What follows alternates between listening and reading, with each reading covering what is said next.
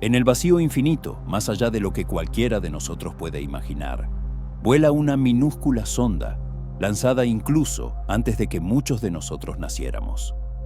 Es el Voyager 1, nuestro mensajero más lejano. Y durante 5 largos meses estuvo en silencio. No del todo, enviaba una señal, pero era un sinsentido, una abracadabra de ceros y unos.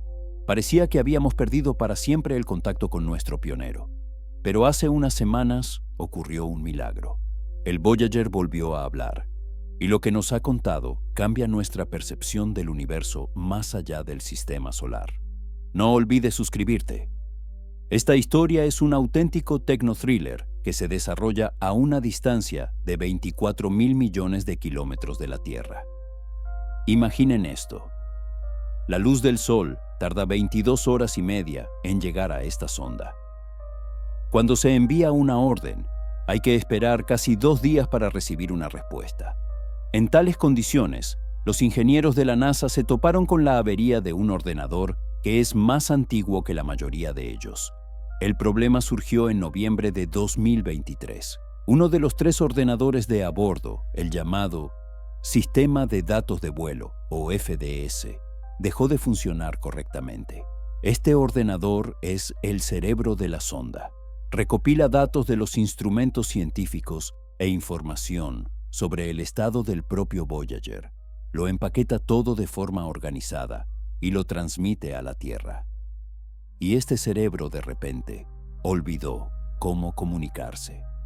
El problema estaba en el chip de memoria. Solo un único chip de todo el conjunto había fallado.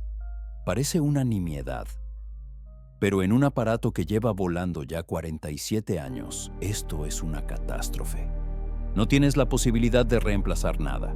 No tienes la posibilidad ni siquiera de simplemente reiniciar el sistema, como hacemos con nuestros teléfonos inteligentes. Solo tienes una señal de radio y a ingenieros geniales que recuerdan cómo trabajar con la tecnología de los años 70. Es como intentar reparar un reloj antiguo con unas pinzas láser, estando en otro continente y mirándolo con binoculares. Durante meses, los ingenieros enviaron comandos intentando diagnosticar el problema, palpando la memoria del ordenador bit a bit, y lo encontraron.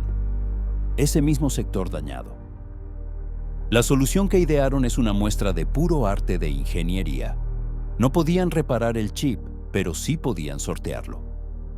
El código de software que se alojaba en la celda dañada era de importancia vital, pero era demasiado extenso como para caber por completo en cualquier otro sector libre de la memoria. Así que el equipo decidió cortar este código en fragmentos y distribuirlo por los distintos rincones libres de la memoria FDS. Se trató de un trabajo de orfebrería. No solo era necesario trasladar los fragmentos de código, sino también asegurarse de que todos se referenciaran correctamente entre sí, para que el programa operara como un todo cohesionado. Y todo esto en un lenguaje de programación que hoy en día apenas dominan unos pocos. El 17 de mayo enviaron la instrucción final y contuvieron el aliento durante casi 2 días. Y así, el 19 de mayo, los datos fluyeron a raudales. Datos limpios, coherentes, científicos, de los 4 instrumentos que todavía funcionan. El Voyager 1 volvió a estar operativo. Fue una victoria de la perseverancia y el intelecto humanos. 5 meses de lucha por una minúscula señal desde el abismo culminaron con éxito. Pero lo más interesante no es cómo lo repararon, sino lo que consiguió grabar durante su silencio y lo que sigue transmitiendo ahora. Nos transmite la sinfonía del espacio interestelar. ¿Y qué nos contó? Para entenderlo, hay que darse cuenta de dónde se encuentra exactamente. En el año 2012, el Voyager 1 abandonó oficialmente la heliosfera. La heliosfera es una burbuja gigantesca creada por el viento solar, un flujo de partículas cargadas que emanan de nuestro Sol. Esta burbuja protege a todo el sistema solar de la intensa radiación interestelar. Nosotros vivimos dentro de este capullo, y el Voyager salió al exterior, al espacio abierto, al océano galáctico. Es el único aparato en funcionamiento en la historia de la humanidad que mide directamente los parámetros de este entorno, y sus datos son asombrosos. En primer lugar, escucha el zumbido del cosmos. Claro, no en el sentido que conocemos, ya que en el vacío no hay sonido. Se trata de ondas de plasma. El espacio interestelar no es un vacío absoluto. Está lleno de plasma enrarecido, un gas ionizado compuesto por protones y electrones. Cuando ondas de choque de nuestro Sol o de otras estrellas atraviesan este plasma, este empieza a vibrar, a oscilar. Los instrumentos del Voyager captan estas oscilaciones. Si se convierte su frecuencia al rango audible, obtenemos un zumbido bajo y constante. Esa es la voz del medio interestelar. Y gracias a los últimos datos, hemos comprendido que este zumbido no es tan monótono. Cambia, tiene sus propios picos y calmas. El Voyager ha descubierto que la densidad de este plasma es mucho más alta y más variable de lo que predecían nuestros modelos. El cosmos, más allá de nuestro hogar, ha resultado ser más turbulento y vivo. Este descubrimiento tiene una importancia tremenda. En esencia, nuestro sistema solar no simplemente viaja a través del vacío. Navega por un medio heterogéneo, lleno de nubes de plasma de distinta densidad.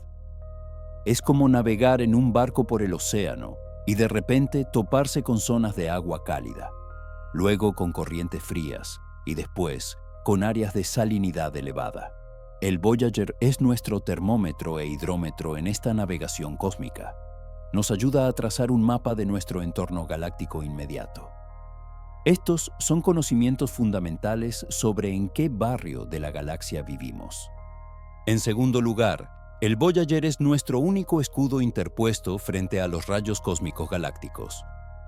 No es una simple radiación de fondo, son partículas de alta energía, principalmente protones y núcleos atómicos, aceleradas a velocidades cercanas a la luz por explosiones de supernovas y otros eventos catastróficos en la galaxia. Dentro de la heliosfera, el campo magnético solar desvía alrededor del 75% de estas partículas. Estamos bien protegidos, pero el Voyager recibe de lleno el impacto. Sus detectores registran constantemente estas partículas, miden su energía y su dirección. Y los últimos datos confirman, su flujo es mucho más intenso de lo que pensábamos. Esto significa que nuestra heliosfera es una protectora aún más eficaz de lo que habíamos supuesto. Sin ella, la vida en la Tierra, muy probablemente, sería imposible. En esencia, el Voyager nos permite ver cómo sería el mundo sin la protección de nuestro Sol. Estos datos son inestimables para la planificación de futuras misiones interestelares. Cuando la humanidad decida enviar una nave tripulada hacia otra estrella, serán precisamente los datos del Voyager los que sentarán las bases para los cálculos de protección contra la radiación para la nave y la tripulación. Este pequeño aparato, creado hace medio siglo, trabaja para nuestro futuro lejano. Un dato curioso: la energía de una sola partícula de rayos cósmicos galácticos puede ser comparable a la energía de una pelota lanzada por un beisbolista profesional. Solo que toda esa energía está concentrada en un objeto subatómico. Pero la historia del Voyager no es solo sobre ciencia. Es una historia sobre nosotros. A bordo lleva un disco de oro. Es un mensaje en una botella lanzado al océano cósmico. En él están grabados sonidos de la Tierra, el sonido de la lluvia, el canto de los pájaros, la risa de un niño y la música de Bach y Chuck Berry. En él también hay saludos en 55 idiomas del mundo y 116 imágenes de nuestro planeta y de nuestra civilización. Este disco es nuestro retrato, enviado a la eternidad.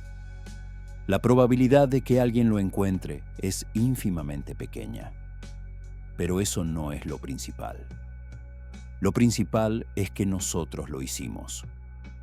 Nosotros, seres de un pequeño planeta, decidimos contarnos al universo. Y esta historia la continúa la propia sonda. Lanzada en 1977, se suponía que funcionaría solo 5 años y exploraría Júpiter y Saturno. Pero la misión resultó ser tan exitosa que la extendieron. Pasó por Urano, por Neptuno, y continuó su camino hacia la frontera del sistema solar.